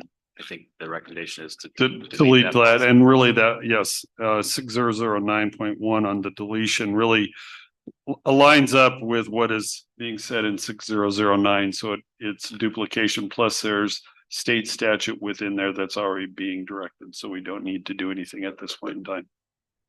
We don't need to have that duplicated policy. That's what I should say. Yeah, a lot of what we did was just clean up. We still had some hangover from when we merged our policies to KSB, so. Okay, and to entertain a motion to approve those policies and delete policy 6009.1. I would move to approve policy 6004, 6005, 6009, 6014, 6017, and to delete policy 6009.1. Second. Any other discussion? Okay, Sheila. Skip Baltic. Aye. Cindy O'Connor. Aye. Emily Garrick, Aye. Matthew Peterson. Aye. Joanne Lynn Green. Aye. Okay, 11.7, discussion and potential selection of the strategic plan consultant firm. Stuart. Dr. Rhodes received 2 proposals for implementing a strategic plan for North Platte Public Schools, which will take effect for 24-25 school year. We have in front of us one from Kim Som Mills and Dr. Todd Triple, which outlines how they're going to handle it, going out to the public, soliciting comments, and then going back into our staff members.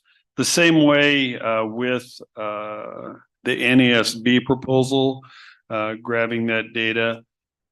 both proposals had been taken to each committees to get a sense of what Dr. Rose was feeling, what the direction the district wanted to be in, as well as board members' perception. But really, at this point in time, Dr. Rose wanted to turn it over to the board and have a little bit more discussion in open meeting in regards to what their feelings were on the strategic plan proposal.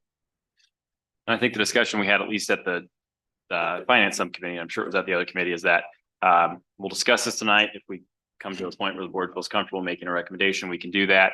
But by the January meeting, at the latest, we probably need to have an approved firm so they can get us on their calendar and so we can start scheduling things as well. So I'll turn it over for discussion. I think also too, if there was still some questions in regards to which one, we would gather those questions, get them back to the board for action in January if you wanted to postpone the action also. My personal opinion is I have looked at both of these pretty much numerous times. And I think the first proposal, I think, is a better one because in my opinion, they are going to start from the bottom up and kind of look at us as a whole and then decide how the strategic plan should work and mold that to fit us.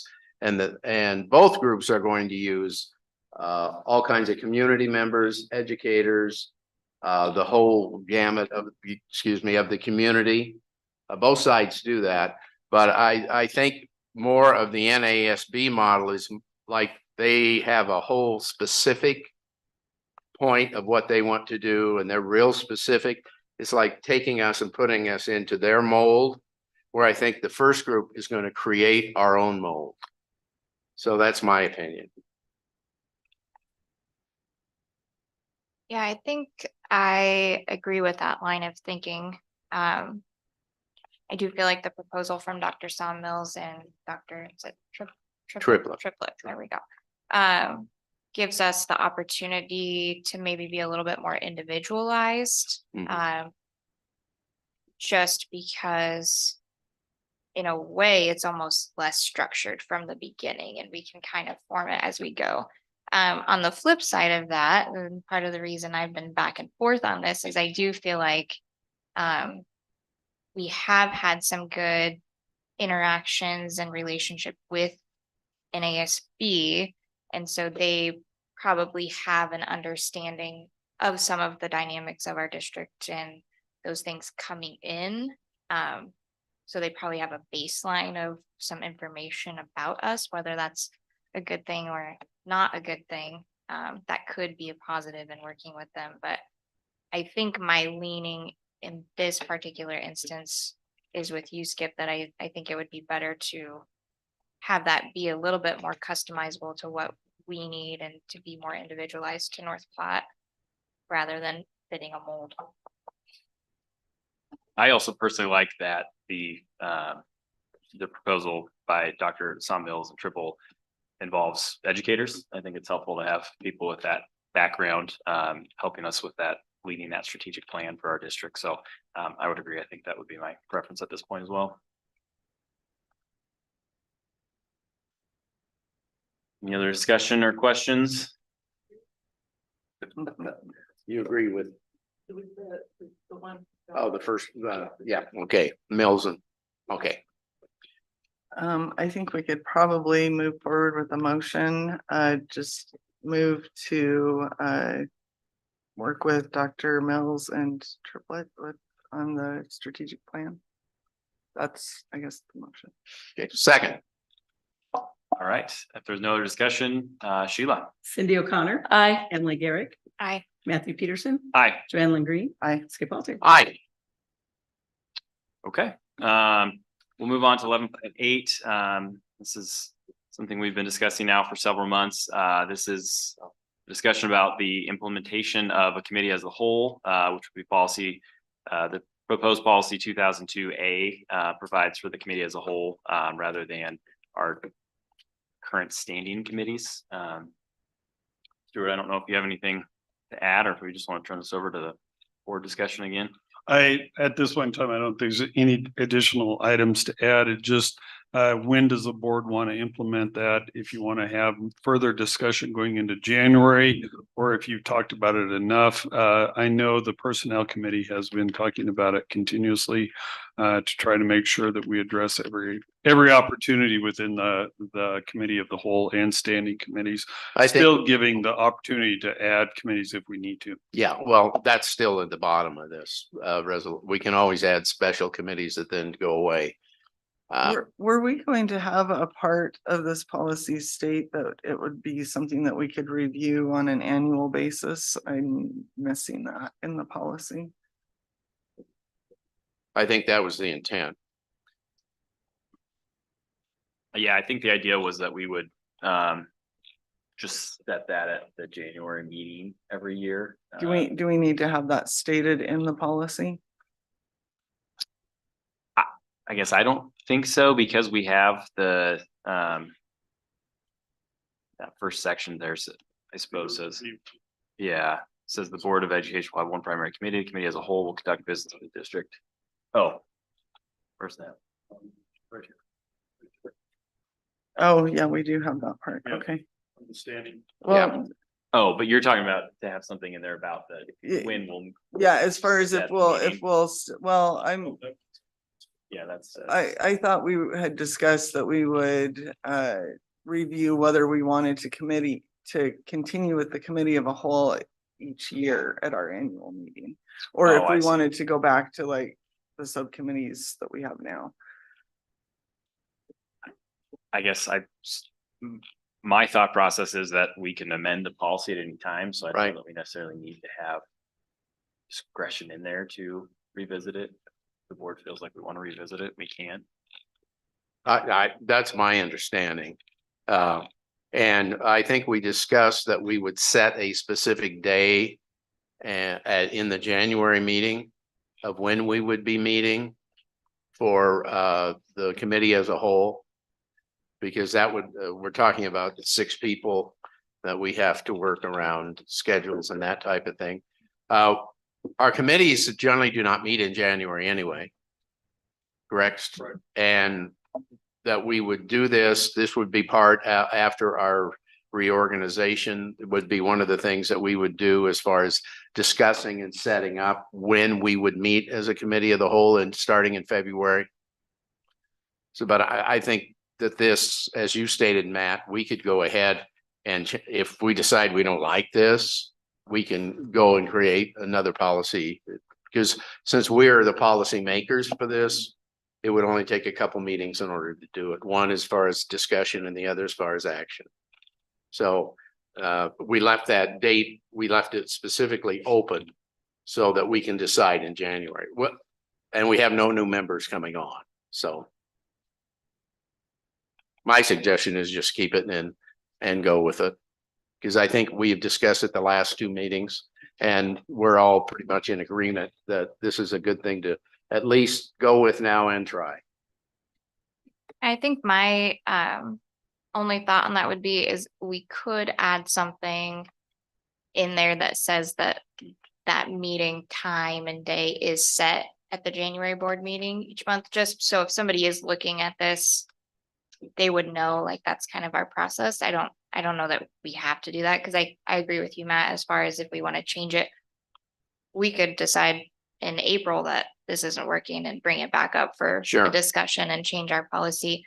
And I know I've brought this up before, but I think my only hesitancy on committee of the whole is I just want to make sure that it is feasible for it to still be live streamed.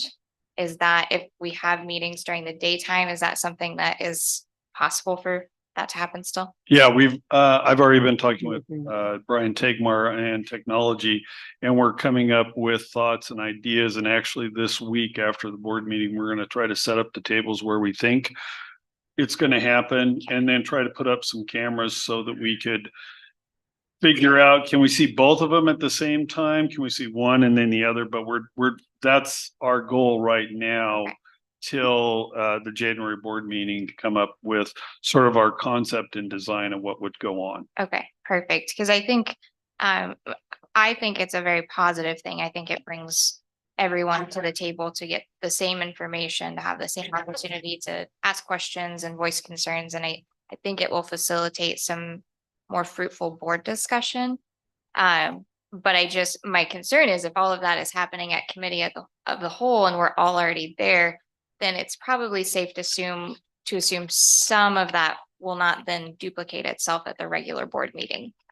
Because we've all already received that information. So I just want to make sure the information is Yeah. out there either way. But we can't vote on anything in this Right. meeting. But if we So- come and have a great discussion on something that we're going to be voting on, we're probably not going to return, a week later and have that exact same 30-minute discussion on something. We're going to come in knowing what we've discussed. And so I think that sounds great. And Stuart, if you guys need any help with that, I do lots of live streaming, so I'm happy to help you too. Give me a break from baby crying. There we go. Yeah, I guess my recommendation this time would be that we just approve the policy as presented. I think we'll probably need to tweak some things as we go on, just because it's going to be a new learning process, but we've been discussing it for several months now, and I think we can get it approved today. If that's what the board wants to do, then we know in January we'll be ready to go, set a date, and just get started probably in February then. Well, I would make a motion to adopt policy 2002A as presented. Second. Sheila. Emily Garrett, Aye. Matthew Peterson, Aye. Joanne Lynn Green, Aye. Skip Alter. Aye. Cindy O'Connor. Aye. Okay, Stuart, we'll turn it over to you for request for approval of a line of credit if needed. Let me share. Yeah, let me share my screen here.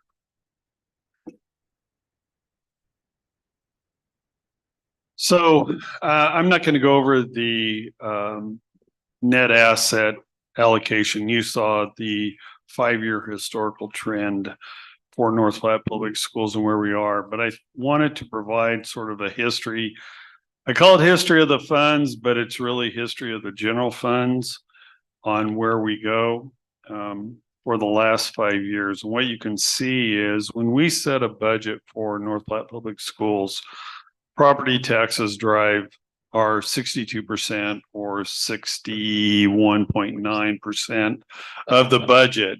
And historically, we've been at that same place. And why that is that number one, with increased valuations, as you can see at the bottom, the 2 years in 2021 and 21-22 were at 1.4. The next 2 years are at 5.4 and 10%, which we know valuations drive state aid.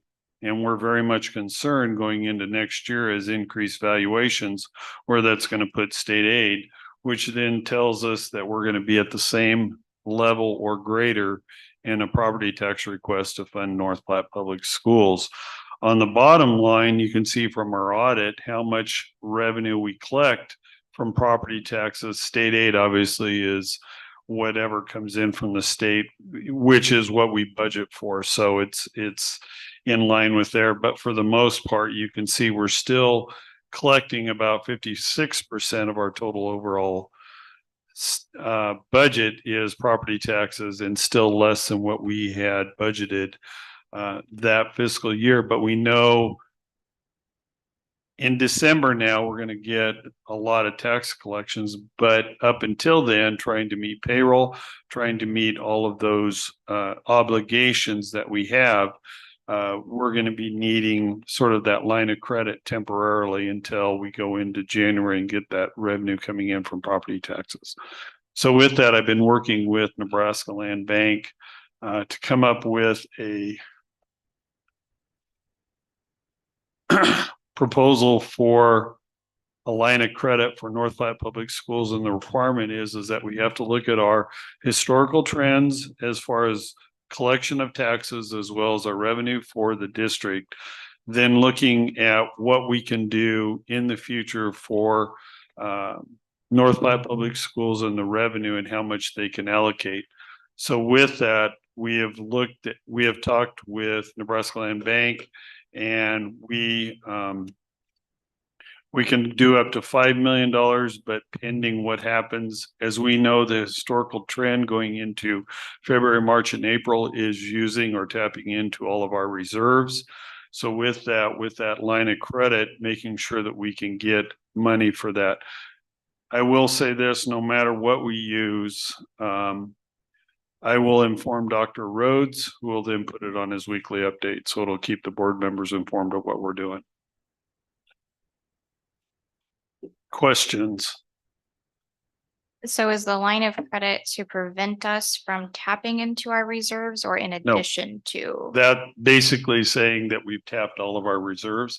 What we have in the district is we have one common bank account where all of our cash goes into, no matter if it's activity building or the general fund. I still break it out within my fund accounting so that you can see where our reserves are sitting. But in that, we have tapped into almost all of our reserves. We're sitting now at about $2.9 million. But if you looked at our historical trends of number one, our payroll, we're at $3 million going out. Second of all, we still have our claims that we have to process every month. And when we look at claims, you know, our big ones are the normal operation, which is utilities, which is insurance, and then a lot of the transactions that we approve in our P cards is from our activity accounts. So all of our sports, all of our students within other clubs are going places. So for the most part, it's taking away with our activities, the reserves there, but then in the process, the general fund is sucking up all the other items. So we just want to make sure we can get through that one.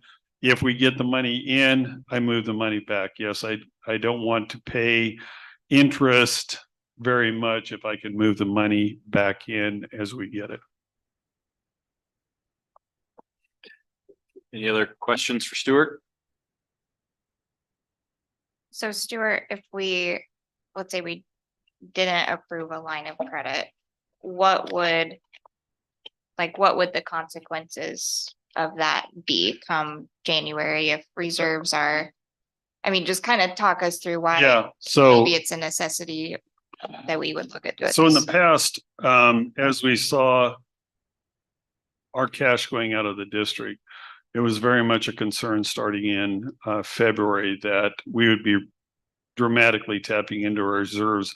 And we look at that trend line, we tap into almost $8 million worth of our reserves. Well, this year, our reserves are sitting at $4 million. So when we say we're tapping into our reserves, we're all of a sudden going into other cash that we have within the activity fund, nutrition fund, and so forth to pull and use those reserves to offset what we're tapping into our general fund. So if we do not act on this, number one, we're going to be tight as far as our payroll is concerned for December. And then moving forward, when we hit February, March, and April, where is that going to be and where is that going to leave us in regards to how much money is coming into the district? Because we know for a fact how much property tax is coming in for a month on a normal basis. And when I say this, we know that we increase our tax asking was greater than last year. So we know we're going to see a little bit of an increase in property taxes coming in those months, but not to the extent of millions of dollars. So we're going to see a little bit increase in February, March, and April. In December, we saw the standard payment of about $300,000. So until taxes are paid in December, which is about $3.5–4 million, we're not going to see those coming in until January 15th. So we're at the lowest point that we can be because we started out our year with low reserves in the general fund. And that's indicative of when we set our budget with those high valuations, then all of a sudden we're relying more upon property taxes. So if they don't come in till the end of the year, then all of a sudden we're missing that gap of taxes coming in. Does that explain it? I'm sorry. I'm thinking about. Basically, it gets difficult for us to pay our bills or to meet payroll, Right. or Because we're so reliant on the property Property taxes. taxes.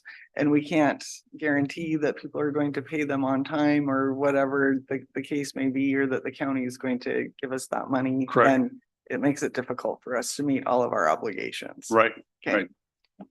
So we do technically have the money in reserves. It's just not in the right reserves accounts. Is that correct? It would be tapping into other funds. I've already tapped into other funds Okay. in the process. So yes, you are correct. Okay. But I've already tapped into a lot of those funds Okay. just to try to cover payroll and other costs associated with the district. And we also have money that we're waiting on from the state, but who knows when that will come. As we talked in the finance committee, our reimbursement for special education doesn't start until December December 20th. So once we get started that's a little bit more money, but I'm still waiting to see what that dollar amount will be in comparison to, everything else coming in. So it's like little bits and pieces, plus we know we'll always get state aid at the end of the month, but we already got the month payment for December. And if we look at our financial statements, that's already accounted in there with where we're sitting on reserves. Is this something that we've historically done before? Yes, we've done it before. I think over the last 3 or 4 years. It's just this year it's a little bit sooner because we have less in reserves, just because of the payment of property taxes, as Joanne said. And then second of all, we really tried to, as I mentioned earlier with grants, trying to get that money in, but it seems like we're still always in that cycle of $1 million. Any other questions or discussion?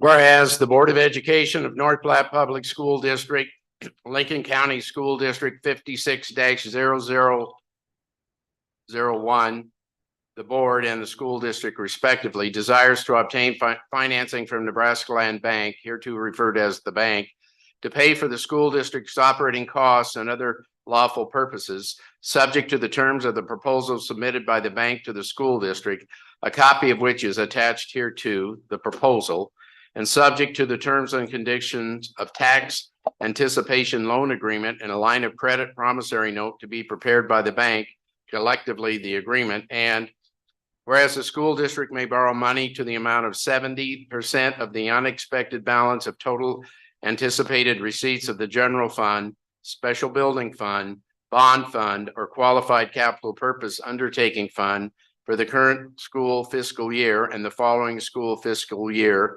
And whereas the school district may execute and deliver an evidence thereof its promissory notes, which it is authorized and empowered to make and negotiate, bearing a rate of interest set by the board and maturing not more than 2 school fiscal years from the date thereof.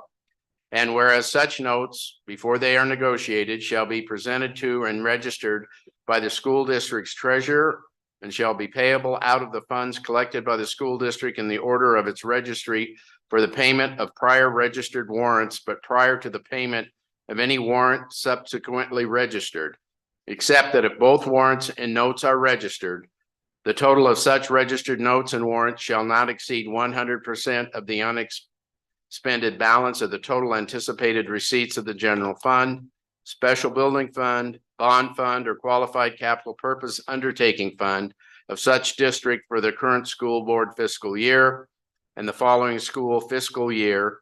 And whereas the board believes it is in the school district's best interest to accept the proposal and to obtain financing on the terms and subject to the conditions set forth therein. Therefore, be it resolved that the board approves and consents to the terms set forth in the proposal. The board authorizes, empowers, and directs the following individuals to do the following.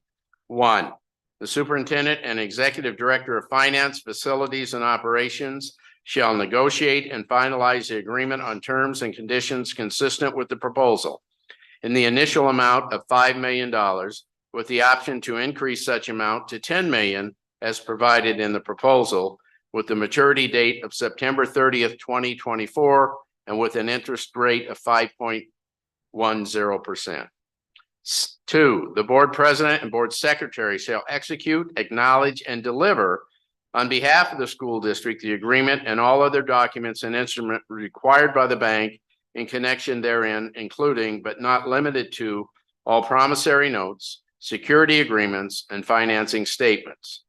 3, the board president and board secretary shall execute all other documents and take all other actions as may be necessary to exercise the rights and perform the school district's obligations arising under the agreement, including but not limited to presenting the board treasurer for registration any promissory note or any other and/or other documents desired or required by law.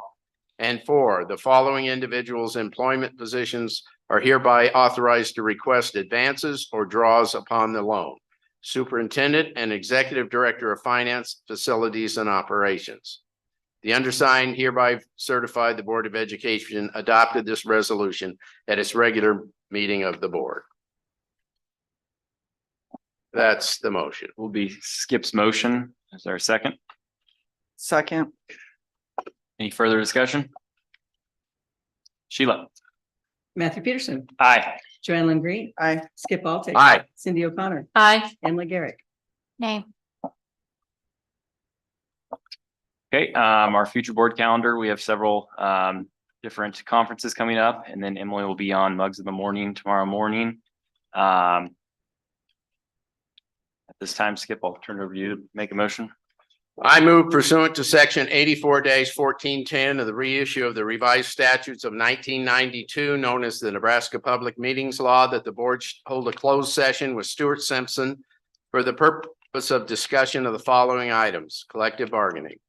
I further move that this closed session is clearly necessary for the protection of the public interest and for the prevention of needless injury to the reputation of individuals, and that strategy sessions with respect to personnel matters, real estate litigation, and collective bargaining are specifically authorized by the Nebraska Public Meetings Law. Is there a second? I second. Sheila. Joanne Lynn Green. Aye. Skip Alter. Aye. Cindy O'Connor. Aye. Emily Garrick. Aye. Matthew Peterson. Aye. Board will go into closed session at 7:26 for the purpose of collective bargaining. Okay.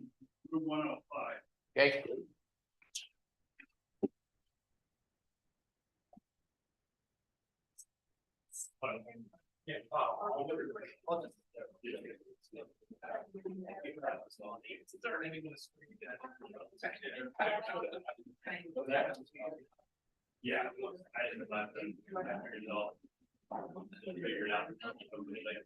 No, stick around. Empty.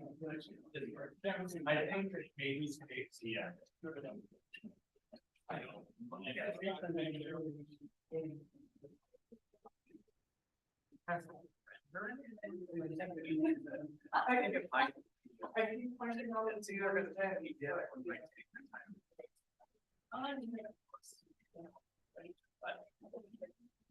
We'll find out. I think that.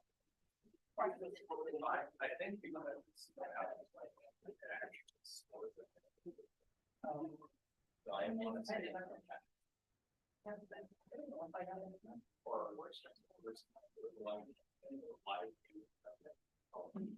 Yeah, so it should be.